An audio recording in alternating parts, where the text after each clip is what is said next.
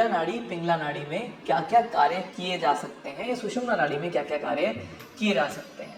ईड़ा नाड़ी यानी चंद्र स्वर होती है आपके मस्तिष्क की, तो आपका पढ़ना लिखना, छोटी मोटी शॉपिंग करना या अपने दिमाग का इस्तेमाल करना, इस तरीके के कोई भी कार्य जहां अपने दिमाग को बहुत ज़्यादा हेल्प ले रहे हो, हर तरीके से दिमाग का इस्तेमाल कर रहे हो, वहाँ ईड़ा नाड़ी प्रधान होती है। जैसे कि आप पानी पी रहे हो, अब यहाँ पर दिमाग का इस्तेमाल नहीं है क्योंकि चंद्र नाड़ी है जो कि शरीर को शीतल यानी कि ठंडा रखती है, तो इसलिए पानी पीना चंद्र नाड़ी में बहुत ज़्यादा लाभकारी रहता है हमेशा और हमेशा के लिए।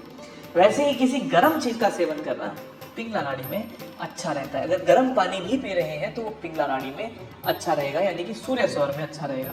इसके कारण क्या है, सूर्य गर्म तासीर है और चंद्र ठंडी तासीर है। सूर्य पिता है तो चंद्रमा माँ है, तो जो नाड़ी चल रही है उसी के अनुसार कार्य करना आपको सफलता देता है। अगर आप एक्सरसाइज कर रहे हो, भाग रहे हो, दौड़ रहे हो, कहीं जा रहे हो, व्यापार के लिए निकल रहे हो या कहीं किसी से मशक्कत करने जा रहे हो, मतलब ऐसी बातचीत करने जा रहे हो जिसमें आपका कोई लड़ाई झगड़ा हो सकता है या अपने आप को पावरफुल दिखाना है, तो वहां पर पिंगला नाड़ी प्रधान होनी चाहिए, जिससे आपका रौब बनेगा, जिससे आपको अच्छे परिणाम भी प्राप्त होंगे।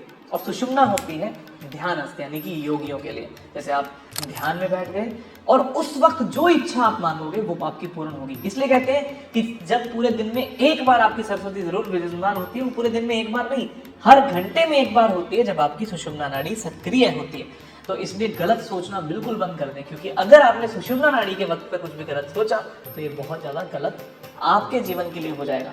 तो ईड़ा क्या है, आपके मस्तिष्क के कार्य, आपके बच्चों को पढ़ाना है, लिखाना है, ट्यूशन भेजना है, बच्चे पढ़ाई कर रहे हैं या एग्जाम दे रहे हैं, ये है ईड़ा नाड़ी। या अगर आपके बच्चे खेलने जा रहे हैं, कूदने जा रहे हैं, तो होता है पिंगला नाड़ी।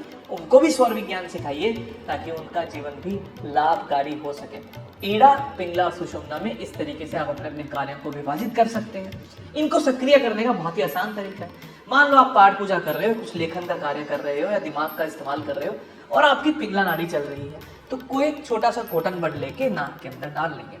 जैसे ही आप इस नासिका क्षेत्र में यानी कि राइट नॉस्ट्रिल में डालेंगे तो कुछ देर के बाद ईड़ा नाड़ी ऑटोमेटिकली आपकी सक्रिय हो जाएगी और आपका वो काम अच्छा होने लगेगा। फिर आप कहीं जा रहे हो, एक्सरसाइज कर रहे हो और आपका मन नहीं कर रहा बल लगाने का या मन नहीं कर रहा एक्सरसाइज करने का, और ईड़ा नाड़ी आप चलती हुई पाएंगे, तो ईड़ा नाड़ी में आपने कॉटन बड का इस्तेमाल किया जिससे पिंगला नाड़ी आपकी सक्रिय हो गई। इसी तरीके से अच्छे तरीके से बार बार इसको चेक करते रहें कौन सी नाड़ी आपकी सक्रिय है। मैं एक बार फिर से बता दूं, जैसे आपने सांस को अंदर भरा और फिर बाहर छोड़ा, एक नॉस्ट्रिल को बंद किया, इसको बंद किया, कौन सी में सबसे ज्यादा प्रवाह आ रहा है, किसमें सबसे ज्यादा कंफर्टेबल हो, वो नाड़ी आपकी सक्रिय है, उसी के अनुसार कार्य करना है। अगर कार्य गलत कर रहे हो यानी कि कोई दूसरा कर रहे हो, एक्टिव नहीं हो रही, तो नाड़ी को शिफ्ट यानी कि चेंज करना अनिवार्य